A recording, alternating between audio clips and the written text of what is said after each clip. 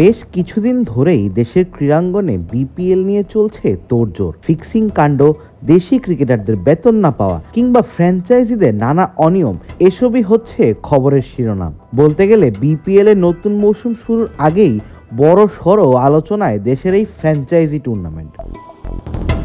যদিও বেশিরভাগ বিষয়ই উঠে আসছে 2024-25 বিপিএল কে ঘিরে, কিন্তু আপনি জেনে অবাক হবেন 2024-25 বিপিএল নিয়ে সবচেয়ে বেশি আলোচনা চললেও 2023-24 বিপিএল নিয়েও যে রয়েছে নানা বিতর্ক। ঠিক যেমন কেঁচো খুঁড়তে সাপ বেরিয়ে আসা।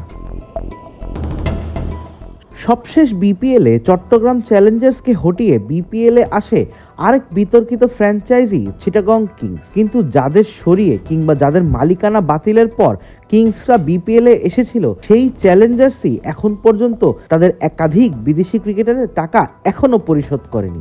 2024 বিপিএলে অনেকটা বড় নাম হিসেবেই এসেছিলেন জশ ব্রাউন। যদিও বিপিএলে তিনি নিজের নামের প্রতি সুবিচার করতে পারেননি, তবে ব্রাউনের সঙ্গে চট্টগ্রামের যে চুক্তি ছিল সেই হিসাবে মাত্র 50% অর্থ এই অস্ট্রেলিয়ানকে দিয়েছে ফ্র্যাঞ্চাইজিটি। বাকি এখনো অর্ধেক। খোঁজ নিয়ে জানা গিয়েছে জশ ব্রাউন এখনো নাকি 25 লক্ষ টাকারও বেশি পাবে এই ফ্র্যাঞ্চাইজির কাছে। ক্রিকফ্রেন্সিকে এই তথ্য নিশ্চিত করেছেন জশ ব্রাউনই। অস্ট্রেলিয়ায় টপ এন্ড টি20 চলাকালীন ক্রিকফ্রেন্সিকে পুরো অর্থ না পাওয়ার বিষয়টি নিশ্চিত করেন এই অজি। In Bangladesh, yeah.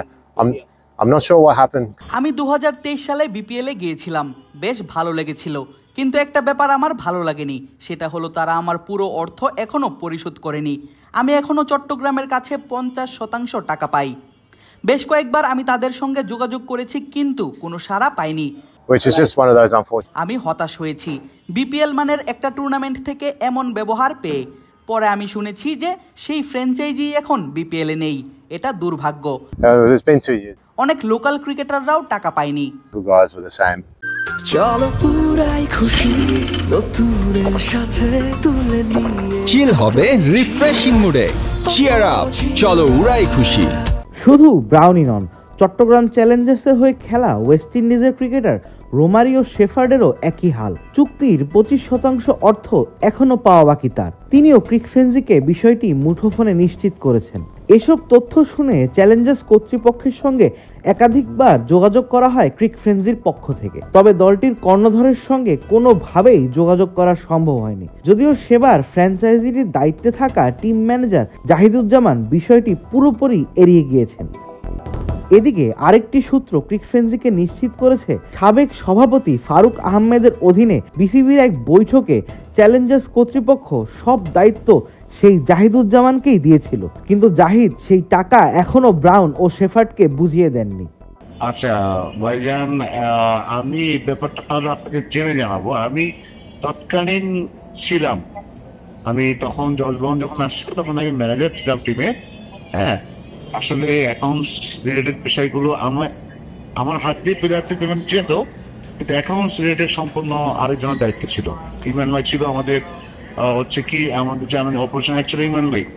জি জি, আপনি জানেন ভালো মতো। জি জি, প্লেয়ারগুলো কন্ট্যাক্ট ইমরান ভাই করেছিল, তো টাকা পয়সার লেনদেন তো ইমরান ভাই হতো। আমি যে শুধু প্লেয়ারদের টেক কেয়ার করতাম, ওদের ফ্যাসিলিটিস গুলো আমি ইনস্টল করতাম টিমের। আমি বেশিরভাগ টাইমে হচ্ছে যে আমি খেলাধুলা, ওদের পারফরমেন্স, খেলাধুলা, টিম প্ল্যানিং নিয়েই থাকতাম। বিপিএল এর জন্ম 2012 সালে, আর জন্ম থেকেই বিতর্কের আগুনে জ্বলছে বাংলাদেশের একমাত্র ফ্র্যাঞ্চাইজি এই টি20 টুর্নামেন্ট। কখনো স্থানীয় খেলোয়াড়দের টাকা বাকি থেকে যায়, কখনো বিদেশি খেলোয়াড়রা বকেয়া পান না বলে অভিযোগ করে বসেন। লিগের মাঝপথে বদলে যায় বাইলজ, আবার কখনো কখনো ফ্র্যাঞ্চাইজিদের দেওয়া হয় বাড়তি সুবিধা, কখনো খেলোয়াড় কিংবা মালিক মিলে করেন স্পট ফিক্সিং। এমনকি রাজস্ব ভাগ পাওয়ার দাবিতে বিপিএল গভর্নিং কাউন্সিল বনাম বা ফ্র্যাঞ্চাইজি মালিকদের দ্বন্দ্ব তো বলতে গেলে প্রতি বিপিএলেরই নিয়মিত চিত্র। বাকি আর বকেয়া সমর্থক শব্দ। শুরুতে অনেকের কাছে যেমন বিপিএল নাম পেয়ে গিয়েছিল বকেয়া প্রিমিয়ার লিগ নামে। নানা বিতর্কের মাঝে এসব বিদেশি ক্রিকেটাররা এখনও টাকা না পাওয়ায় বকেয়া প্রিমিয়ার লিগকে সবার কাছে আবারও নতুন করে তুলে ধরছে। আবিদ মোহাম্মদ, ক্রিকফ্রেন্সি।